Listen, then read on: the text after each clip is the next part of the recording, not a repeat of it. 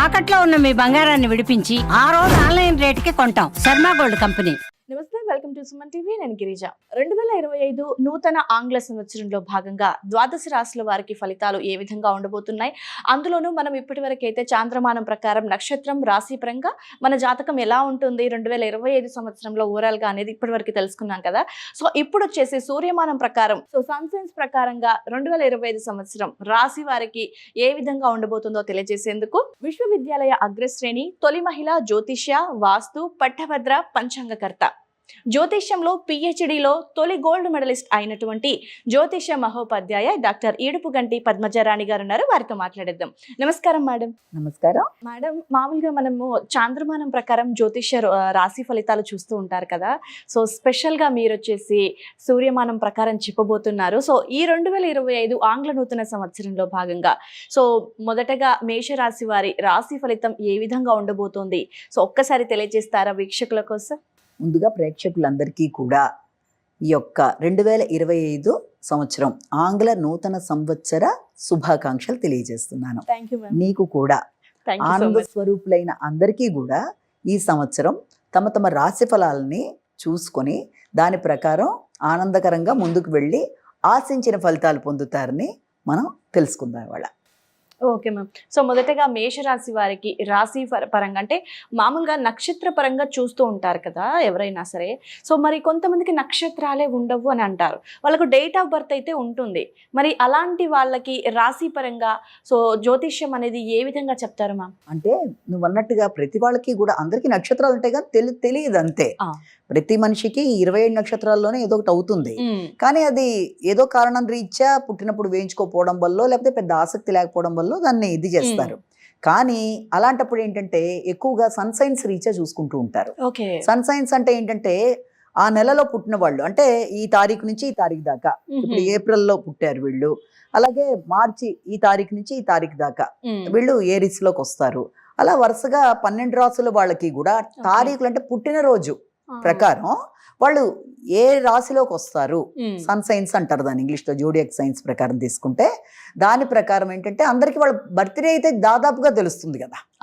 నక్షత్రాలు అయితే డౌట్ ఉన్నా కాబట్టి డేట్ ఆఫ్ బర్త్లు కనీసం తెలిస్తే, డేట్ ఆఫ్ బర్త్లు కనీసం ఏ డేట్ పుట్టారో దాని ప్రకారం ఇప్పుడు మనం చెప్పుకోబోయే రాశి ఫలితాలు ఆ నెలలో దేంట్లోకి వచ్చారో చూసుకొని మేషరాశ వృషభ రాశి అని అలా చూసుకుంటూ పెడతారు. అంటే నక్షత్రం మనకు తెలుస్తుందా మ్యామ్? సన్షైన్స్ పరంగా చూసుకుంటే మనకు అంటే రాశి తెలుస్తుంది, ఓకే. డేట్ పరంగా చూసినప్పుడు మనకు నక్షత్రం ఇది అనేది క్లారిటీగా తెలుస్తుందంటారా? మరి నక్షత్రం వేరు, రాశి ప్రకారం తెలుసుకోవడం వేరు. నువ్వు పుట్టిన తారీఖు బట్టి కరెక్ట్ గా డేట్ టైము ప్లేస్ ప్రకారం నువ్వు వేసుకుంటే దాని ప్రకారం నక్షత్రం వస్తుంది. అలాగా కొంతమంది అలా వేయించుకోకుండా వదిలేసిన వాళ్ళకి ఎలా ఉంటుందంటే, అయ్యో మాకు డేట్ ఆఫ్ బర్త్ లో డేట్ అయితే తెలుసండి కానీ మాకు రాశి ఫలాలు తెలుసుకోవాలని ఉంది కానీ మాకు నక్షత్రం తెలియదు అన్నప్పుడు అప్పుడు ఏం చేస్తామంటే ఈ రూపంలో అంటే సన్ సైన్స్ ప్రకారం ఈ తారీఖు నుంచి ఈ తారీఖు మధ్య పుట్టిన వాళ్ళు మేషరాశి, ఈ తారీఖు నుంచి ఈ తారీఖు మధ్య పుట్టిన వాళ్ళు వృషభ రాశి అన్నప్పుడు దాంట్లో ఫలితాలు చూసుకుంటూ వాళ్ళు, అది కూడా దాదాపుగా వాళ్ళకి వీళ్ళకి పెద్ద తేడా అయితే ఉండదు. జనరల్ గా ఇలా వెళ్లే వాళ్ళు ఇలా కూడా పెడతారు. సో ఓవరాల్ గా అంటే మేషరాశి వాళ్ళకి ఎస్పెషల్ గా చెప్పుకుంటే లేడీస్ కి ఏ విధంగా ఉండబోతుంది 2025 లో, అండ్ అలాగే స్టూడెంట్స్ కి ఎట్లాగా ఉంటుంది, వ్యాపారస్తులకి, ఉద్యోగం చేసుకునే వాళ్ళకి, అండ్ ఎస్పెషల్లీ మనం చెప్పుకోవాల్సింది పొలిటీషియన్స్ కి ఒక్కసారి ఎలా ఉంటుందో తెలియజేస్తారమ్మా? ముందుగా అసలు అందరికీ కలిపి కామన్ గా ఎలా ఉంటుందో చూసి తర్వాత నువ్వు అడిగిన వాళ్ళందరికీ కూడా అసలు ఎవరెవరికి దీన్ని ఇప్పుడు 2 హాఫ్లుగా తీసుకుంటే ఫస్ట్ హాఫ్ సెకండ్ హాఫ్ గా తీసుకున్నప్పుడు 2025 సంవత్సరానికి దీని ప్రకారం వీళ్ళందరికీ ఇప్పుడు నువ్వు అడిగిన వ్యక్తులందరికీ కూడా వీళ్ళకి ఫస్ట్ హాఫ్ లో ఎలా ఉంటుంది సెకండ్ హాఫ్ లో ఎలా ఉంటుంది కూడా చూసుకుంటూ మనం వెళ్ళొచ్చు. ఇందులో ప్రధానంగా ఫస్ట్ మనం మొదటిదైన మేషరాశి గురించి తెలుసుకుంటున్నాం. ఇప్పుడు మనం మేషరాశి గురించి తెలుసుకోవాలనుకున్నప్పుడు మార్చి 21 నుంచి అలాగే ఏప్రిల్ 19 మధ్య పుట్టినరోజు ఉన్న వాళ్ళందరూ కూడా మేషరాశిలోకి వస్తారు. మామూలుగా నక్షత్రాల ప్రకారం చూసుకున్నట్లయితే మనం ఎలా చెప్తా ఉంటే అశ్విని భరణి కృత్తిక ఒకటో పాదం వాళ్ళందరూ దాంట్లోకి వస్తారు. ఇప్పుడు మనం ఎలా పెడుతున్నామంటే ఈ మేషరాశి అంటే మార్చి 21 నుంచి ఏప్రిల్ 19 మధ్య పుట్టిన వాళ్ళకి ఈ సంవత్సర ప్రిడిక్షన్స్ ఎలా ఉంటాయి సన్ సైన్స్ రీత్యా అన్నది ఇప్పుడు మనం చెప్పుకోబోతున్నాం. ముందుగా ఈ మేషరాశి వాళ్ళకి తీసుకున్నట్లయితే వీళ్ళకి ఒక ఫస్ట్ హాఫ్ అంటే ఇంచుమించుగా మే మిడిల్ దాకా కూడా వీళ్ళకి యథార్థవాది బంధు విరోధి అన్నట్టుగా ఏం మాట్లాడినా కూడా నిజాలు ఉన్నట్టు మాట్లాడడం వల్ల కూడా అనుకోని సమస్యలు ఎదుర్కొనే అవకాశాలు లాంటివి అధికంగా ఉంటాయి. అలాగే వీళ్ళకి శత్రువులు వీళ్ళని ఇబ్బంది పడడానికి చేసే ప్రయత్నాలు ఉన్నప్పటికీ కూడా వీళ్ళ కృషిశీలతతో దాన్ని అధిగమిస్తూ నైపుణ్యాలను పెంచుకుంటూ ముందుకు వెళ్ళడానికి అన్ని విధాల అనుకూలంగా ఉంటుంది. అలాగే ఇంకోటి ఏంటంటే వీళ్ళకి అన్ని విషయాల్లో కూడా ఆరోగ్యపరమైన విషయాలు కూడా చాలా వరకు అనుకూలంగా ఉంటాయి. అంటే క్రితం కన్నా కూడా ఇప్పుడు ఇదంతా కూడా ఫస్ట్ హాఫ్లో నేను చెప్తున్నది. ఫస్ట్ హాఫ్లో వీళ్ళ మాటల బట్టి ఇతరులకి అపార్థాలు చేసుకున్నా కూడా వీళ్ళు ఉన్నట్టు నిక్కచ్చిగా మాట్లాడే దానివల్ల. రెండోది వచ్చి శత్రువుల మీద వీళ్ళు విజయం సాధించడానికి ఇబ్బంది పెట్టడానికి ప్రయత్నం చేసే శత్రువుల మీద వీళ్ళు కృషిశీలతతో నెగ్గుతూ ముందుకు వెళ్ళడానికి నైపుణ్యాలు పెంచుకుంటారు. ఆ తర్వాత వీళ్ళ ఆరోగ్యపరమైన విషయాలు గతం కన్నా చాలా వరకు అనుకూలంగా ఉంటాయి. ఆరోగ్యపరమైన విషయాలు కానీ పెట్టే ఖర్చులు కూడా ఉపయోగకరంగా ఉండడం ఇలాంటివన్నీ ఉంటాయి. అలాగే ఇంకా వీళ్ళకి ఏంటంటే వృత్తికి సంబంధించిన విషయాలలో స్వార్థపూరితంగా ఆలోచించినట్లుగా ఇతరులకు అనిపించడం వల్ల వృత్తిపరమైన విషయాల్లో కొంత ఇబ్బందులు ఎదుర్కొంటారు. కాబట్టి అలాంటి సమస్యలు రాకుండా అధిగమిస్తూ ముందుకెళ్ళడానికి వీళ్ళు ప్రయత్నం చేయాలన్నది ఒకటి. తర్వాత మే దాటిన దగ్గర నుంచి ఇక సంవత్సరం దాదాపుగా నవంబర్ దాకా, అక్టోబర్ నవంబర్ దాకా వీళ్ళకి ఎలా ఉంటుందంటే వీళ్ళకి మానసిక ప్రశాంతత విషయం వచ్చేప్పటికీ అది కొంత తక్కువగా ఉంటుంది. సజ్జనులు సహకరిస్తారు, అంటే వ్యక్తుల కోఆపరేషన్ బాగుంటుంది, వ్యక్తుల సహకారం బాగున్నా ప్రశాంతత అనేది తక్కువగా ఉంటుంది. దాంతోపాటుగా సాంఘిక సంబంధాలు అనేవి ఉంటాయి కదా, సోషల్ రిలేషన్స్ విషయంలో ఆశించిన స్థాయిలో ఉండకుంటే మిత్రులు ఏర్పడతారు, కానీ వీళ్ళు ఆశించిన స్థాయిలో ఆ ఫ్రెండ్షిప్స్ అనేవి ముందుకు వెళ్ళకపోవడం వల్ల కొంత ఇబ్బంది కలగడం లాంటిది. అలాగే వైవాహిక జీవితానికి సంబంధించిన విషయాల్లో కూడా అది ఎలా ఉంటుందంటే చాలా వరకు సామాన్య ఫలితాలు, అంటే వైవాహిక జీవితం, భాగస్వామ్య వ్యవహారాలు, అలాగే నూతన పరిచయాలు ఇవన్నీ కూడా చాలా సామాన్యంగా ఉంటాయి. ఎక్కడి నుంచి ఇది మే మిడిల్ నుంచి దాదాపుగా అక్టోబర్ దాకా ఉండే సమయంలో అలాంటి అంటే ఏంటి ఇలాంటివి తెలుసుకోవడం బట్టి వీళ్ళంత జాగ్రత్తలు తీసుకుంటూ మనం ముందుకెళ్ళాలి. ఆ తర్వాత వచ్చేప్పటికి ఎలా ఉంటుందంటే వీళ్ళకి హయ్యర్ ఎడ్యుకేషన్కి సంబంధించిన విషయాల్లో కానీ, లేకపోతే పుణ్యానికి సంబంధించిన విషయాల్లో, పుణ్య కార్యక్రమాలకు కానీ, లేకపోతే తండ్రి యొక్క సహకారం, వీటన్నిటి విషయాల్లో కూడా ఇది కూడా సామాన్య ఫలితాలే తప్ప పెద్ద చెప్పుకోదగినంత స్థాయిలో ఉండదు. మొత్తానికైతే ఉంటాయి కానీ అవి పెద్ద స్థాయిలో ఉండకపోవడం. అలాగే ఇంకా దీంతో పాటుగా ఏంటంటే రావాల్సిన లాభాలు అనేవి వచ్చినా కూడా అవి ఇమీడియట్గా కాకుండా కొంత డిలే అవుతూ రావడం, దీనివల్ల ఇది ఉంటుంది కనుక అదొకటి. అంటే అప్పటిదాకా అది మళ్ళీ దాదాపుగా ఈ రెండింగ్లో 1 or 2 monthsలో వీళ్ళకి ఎలా ఉంటుందంటే దాదాపుగా అక్టోబర్ టు డిసెంబర్ మధ్య కాలంలో గృహానికి అంటే ఫ్యామిలీకి సంబంధించిన విషయాలు, విద్యకి సంబంధించిన విషయాలు, తల్లికి సంబంధించిన విషయాలు, వాహనాలు అవన్నీ కూడా అనుకూలంగా ఉంటాయి. అంటే వాటికి సంబంధించి ఎవరైనా ఇప్పుడు వాహనాలకు సంబంధించిన విషయాలు ఏదైనా చేద్దాం అనుకున్న ఆ విషయాలని కూడా అనుకూలంగా ఉంటాయి. అలాగే ఆరోగ్య సంబంధించిన విషయాలు కూడా అనుకూలంగా ఉంటాయి. కానీ ఇక్కడ కూడా వాళ్ళు ఎక్కడ జాగ్రత్తగా ఉండాలంటే వృత్తికి సంబంధించిన విషయాల్లో అపార్థాలకి తావివ్వకుండా, అంటే చూసే వాళ్ళకి ఆ రకమైన అభిప్రాయం కలిగేట్టుగా ఉంటుంది కాబట్టి స్వార్థానికి లోబడకుండా వీళ్ళు తీసుకునే నిర్ణయాలు వృత్తికి సంబంధించిన విషయాల్లో జాగ్రత్తలు తీసుకుంటూ ముందుకెళ్ళినట్లయితే సమస్యలు అనేవి రాకుండా వాళ్ళు అన్ని విధాలా అనుకూలంగా ముందుకు పెడతారని భావించవచ్చు. అలాగే వీళ్ళకి ఖర్చులు అనేవి కూడా ఉంటాయి, కానీ అవి మంచి ఖర్చులే అవుతాయి. అంటే ఏదైనా పుణ్య కార్యక్రమాలకు సంబంధించిన ఖర్చులు కానీ, లేకపోతే స్పిరిచువాలిటీకి సంబంధించినవి, గంగా స్నాన ఫలాలు ఇలాంటివన్నీ ఉంటాయి. కొందరు పెడుతూ ఉంటారు కదా ఏదైనా ఇలాంటి తీర్థయాత్రలు, ఇలాంటివన్నీ కూడా అనుకూలంగా ఉంటాయి. అంటే ఇది ఈ రకంగా ఈ సంవత్సరం వీళ్ళకి మొదటి ఫేజ్.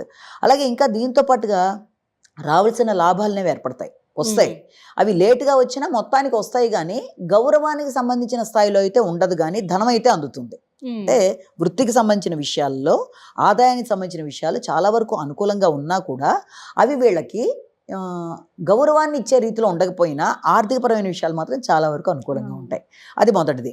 ఇక రెండోది ఏంటంటే దాంతోపాటుగా వీళ్ళకి చేసుకుంటున్న కార్యక్రమాల్లో కొంత బద్ధకం అనేది, ఆరోగ్య సంబంధమైన విషయాల్లో జాగ్రత్తలు తీసుకోవాలి. అవి ఎలాగా వ్యాయామ ప్రాణాయామాలు మొదలైనవి. ఇదంతా ఎప్పటిదాకా, రేపు మనకి ఏప్రిల్ దాకా, జనవరి నుంచి ఏప్రిల్ దాకా ఈ విషయాల్లో జాగ్రత్త తీసుకోవాలి.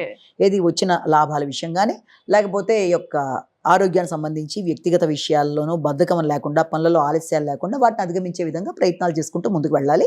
ఇక దాంతో పాటుగా సంతానంతో కలిపి, అంటే ఇన్వెస్ట్మెంట్స్కి సంబంధించిన విషయాల్లో కానీ, సంతానానికి సంబంధించిన విషయాల్లో కానీ వీళ్ళకి ఆశించిన స్థాయిలో లేకుండా సామాన్య ఫలితాలు ఉంటాయి. కాబట్టి సంతానపరమైన విషయాల్లో అభిప్రాయ భేదాలు రాకుండా, అంటే వాళ్ళ ఆలోచనలు మీ ఆలోచనలు పొసగకుండా ఉండకుండా, ఇబ్బంది లేకుండా ఒక చక్కటి అండర్స్టాండింగ్కి వచ్చే విధంగా మీరు ఆలోచనలను సరిపెట్టుకుంటూ ముందుకు వెళ్ళాలి అన్నదొకటి. అలాగే ఆరోగ్య సంబంధించిన విషయంలోనే కాకుండా ఖర్చులు, ఆకస్మికమైన ఖర్చుల విషయంలో మాత్రం కొంత ఇబ్బందులు అనేవి ఉంటాయి ఏప్రిల్ దాకా. ఏప్రిల్ ఆన్వర్డ్స్ వీళ్ళకి ఆల్రెడీ వీళ్ళకి ఎదురవుతున్న విషయాలలో స్థిరాస్తులకు సంబంధించిన విషయాలు కానీ, ఏదైనా కన్స్ట్రక్షన్ సంబంధించిన విషయాలు కానీ లేకపోతే ఏదైనా ఇన్వెస్ట్ చేద్దాం అనుకుంటారు కొంతమంది స్థిరాస్తుల మీద, అలాంటి విషయాల్లో మోసాలకు గురి కాకుండా జాగ్రత్తలు తీసుకోవాలి. ఉన్న డబ్బులు కూడా ఖర్చు అయిపోయే అవకాశం ఉంటుంది. అంటే అప్పటిదాకా దాన్ని కూడబెట్టుకుని దీన్ని ఎలాగైనా సరే మనం ఒక మంచి దానికి చేద్దాం అనుకుంటున్న విషయాల్లో ఆకస్మికంగా ఇబ్బందులు అనేవి ఎదుర్కొనే అవకాశాలు ఉన్న రీత్యా కొత్త వ్యక్తుల్ని నమ్మి ఏదైనా ఇన్వెస్ట్మెంట్ చేసేటప్పుడు కానీ లేకపోతే దీర్ఘకాలిక పెట్టుబడుల విషయంలో కానీ వీళ్ళైతే జాగ్రత్తలు తీసుకుంటూ ఫైనాన్షియల్ గా కొంచెం కేర్ తీసుకుంటే బెటర్ అంటారు మ్యామ్. చాలా జాగ్రత్తగా ఉండాలి. అంటే ఎవరినన్నా నమ్మేటప్పుడు తొందరపాటు నిర్ణయాలు కాకుండా నిర్ణయం తీసుకునేటప్పుడు వీళ్ళంత జాగ్రత్త తీసుకుంటూ ముందుకు వెళ్ళాలి. అలాగే ఇంకా రెండో విషయం ఏంటంటే ఆర్థిక సంబంధమైన విషయాలు, వాగ్దానాలు చేసేటప్పుడు ఇవన్నీ కూడా జాగ్రత్తగా ఆలోచించేయడం ధనానికి సంబంధించిన విషయాల్లో. ఇక దాంతోపాటుగా ఇంకోటి ఏంటంటే వీళ్ళకి రోగనిరోధక శక్తి బాగానే ఉంటుంది, శత్రువుల మీద విజయం సాధిస్తారు. అన్నీ బాగానే ఉన్నప్పటికీ మాత్రం ఇన్ని బాగున్నా కూడా ఒక తెలియని ఒక అసంతృప్తి అనేది వీళ్ళని ఇబ్బంది పెడుతూ ఉంటుంది. అంటే నేను అనుకున్నట్టుగా చేయగలనా లేదా, ఆశించిన స్థాయిలో ఎదగలనా లేదా అనే రకరకాల అనుమానాల వల్ల కొంత డిస్టర్బెన్స్ అనేది ఉంటుంది. కాబట్టి అలాంటి దాన్ని అధిగమించే విధంగా పుణ్యబలం పెంచుకుంటూ ముందుకు వెళ్ళాలి. అంటే పుణ్య కార్యక్రమాలు చేయడం అంటే నేను వెళ్ళిపోయి పూజలు పునస్కారాలు కాకపోయినా మానసికంగానైనా ఎప్పుడు కూడా గుర్తుపెట్టుకో, మానసికంగానైనా సరే ఆ భావన భగవంతుడితో దగ్గరైనట్టు దీనివల్ల సమస్యలను అధిగమిస్తారు. ఎక్కడి నుంచి ఏప్రిల్ నుంచి సంవత్సరాంతం వరకు కూడా ఈ విషయాల్లో ఇలాగ. ఇది కాకుండా ఇంకా కొన్ని ముఖ్యమైన విషయాల్లో ఎలాగంటే స్నేహితుల విషయంలో జాగ్రత్తగా ఉండాలి, కొత్త పరిచయాల విషయంలో, ప్రయాణాల విషయంలో, అలాగే ఎవరికన్నా మనం రుణం ఇచ్చిన విషయంలో అది వెనక్కి వచ్చే విషయంలో, ఈ విషయంలో కూడా దాదాపు మే ఎండింగ్ దాకా మనం కొంచెం జాగ్రత్తగా ఉండాలి. అలాగే ఒక రకమైన నైరాస్యం, వైరాగ్యం, పోటీల మీద ఇష్టం లేనితనం ఇలాంటివి కూడా కొన్ని ఏర్పడడం వల్ల కొంత స్థిమితం తక్కువగా ఉంటుంది. ఇలాంటి వాటన్నిటిని అధిగమించే విధంగా మెడిటేషన్ అనేది చేసుకుంటూ ముందుకు పెడితే, అంటే ఏ పని చేస్తున్న దీర్ఘకాలిక అనారోగ్యాల వల్ల ఇబ్బందులు, లేకపోతే ఇది నేను చేయలేను అనే వైరాగ్యం, ఎవరన్నా దగ్గరుండి నడిపించి ఈ పని నువ్వు చెయ్యగలవు అని వాళ్ళని ప్రోత్సహించే పరిస్థితులు లాంటివి ఉంటాయి. కాబట్టి దాన్ని అధిగమించే విధంగా వాళ్ళ ఉత్సాహాన్ని తెచ్చుకోవాలి అన్నదొకటి. తర్వాత మళ్ళీ మే నుంచి చివరి దాకా కూడా రాబోయే టైంలో లాభాలు అనేవి వీళ్ళకి వస్తాయి. ఆశించిన లాభాలు దూర ప్రదేశాల నుంచి అయినా సరే వీళ్ళకి రావాల్సిన పెండింగ్లో ఉన్నవన్నీ వస్తాయి. అన్ని విధాలుగా కూడా వాటిని సక్రమంగా ఉపయోగించుకునే విషయంలో మోసాలకు గురి కాకుండా జాగ్రత్త పడాలి. ఖచ్చితంగా లాభాలు రావడం వేరు, వాటిని ప్రణాళిక పరంగా తీసుకువెళ్ళడం వేరు కదా. ఆ విషయంలో జాగ్రత్తలు తీసుకోవాలి. ఇన్వెస్ట్మెంట్ విషయంలో కానీ ఏదైనా చేసేటప్పుడు వీలైనంత వరకు ఎప్పుడు ఇది మే నుంచి రాగల టైంలో అంతా జాగ్రత్తలు తీసుకోవాలి. అలాగే జ్ఞాపక శక్తి విషయంలో విద్యార్థులు ఎక్కువ ఇంట్రెస్ట్గా పెంచుకోవాలి దాన్ని. అంటే హైగ్రీవైన అనేది జపం చేసుకోవడం ద్వారా కానీ, లేకపోతే విద్యాపరమైన విషయాల్లో ఆసక్తి పెంచుకునే విధంగా కానీ, లేకపోతే వస్తాయి ఆలోచనలు కానీ లేటుగా వస్తాయి. అంటే పని అయిపోయిన తర్వాత రాకూడదు కదా ముందు. కాబట్టి ఇలాంటివన్నీ చూసుకుంటూ ముందుకు వెళ్ళినట్లయితే తప్పనిసరిగా ఈ సంవత్సరం వేళకి చాలా వరకు అనుకూల ఫలితాలు ఏర్పడుతూ ఉంటాయి. కానీ ముఖ్యంగా మనం మాత్రం జూలై నుంచి ఈ యొక్క సెప్టెంబర్ దాకా మధ్యలో టైంలో మాత్రం వీలైనంత వరకు ఏదన్నా మనం ముఖ్యమైన విషయాల్లో, అంటే ఏంటంటే ఏదైనా ఇన్వెస్ట్మెంట్ చేసుకునే టైంలో కానీ, లేకపోతే ఏదన్నా రోగ నిరోధక శక్తి విషయంలో కానీ, కొత్త వ్యక్తుల్ని నమ్మి పెట్టుబడి పెట్టే విషయాల్లో కానీ చాలా జాగ్రత్తలు తీసుకుంటూ ఆ పర్టికులర్ స్పాన్లో మాత్రం ఎక్కువ జాగ్రత్తలు తీసుకుంటూ ముందుకు వెళ్ళాలి. ఇప్పుడు విద్యార్థులకి, కళాకారులకి ఫస్ట్ హాఫ్ చాలా బాగుంటుంది, సెకండ్ హాఫ్ లో సామాన్య ఫలితాలు ఉంటాయి. ఇది కాకుండా వ్యాపారులకి, వ్యవసాయదారులకి, అలాగే మనకి ముఖ్యంగా ఈ యొక్క వృత్తిపరంగా ఉద్యోగస్తులకు కానీ, తర్వాత స్త్రీలకి కానీ, వీళ్ళందరికీ కూడా సెకండ్ హాఫ్ అనేది వీళ్ళకి అనుకూలంగా ఉంటుంది మొత్తం మీద. కాబట్టి ఎలా చూసినా మేషరాశి వాళ్ళు కొన్ని పర్టికులర్ టైంలో జాగ్రత్తలు తీసుకుంటూ ముందుకు పెడితే వాళ్ళకి అనుకూలంగా ఉంటుంది. Okay ma'am. సో మామూలుగా అయితే మనకు చాంద్రమానం ప్రకారం తెలియజేస్తూ ఉంటారు ఎట్లా ఉంది అనేది. సో మీరు వచ్చేసి సూర్యమానం ప్రకారం అంటే ఎస్పెషల్లీ మేషరాశి వారు కాస్త డబ్బుల విషయంలో, ఫ్రెండ్స్ విషయంలో చాలా జాగ్రత్తగా ఉండాలి అని తెలియజేశారు. సో వాళ్ళు కూడా మీరు చెప్పిన దాని ప్రకారం, ఆస్ట్రాలజీ ప్రకారం కనుక చూసుకుంటే కొన్ని నెలల్లో వాళ్ళు కొంచెం కేర్ఫుల్గా ఉండాలి అనే విషయం చాలా క్లియర్గా తెలుస్తుంది మ్యామ్. సో చాలా ఇన్ఫర్మేషన్ని అందించారు ma'am. Thank you so much. నమస్కారం.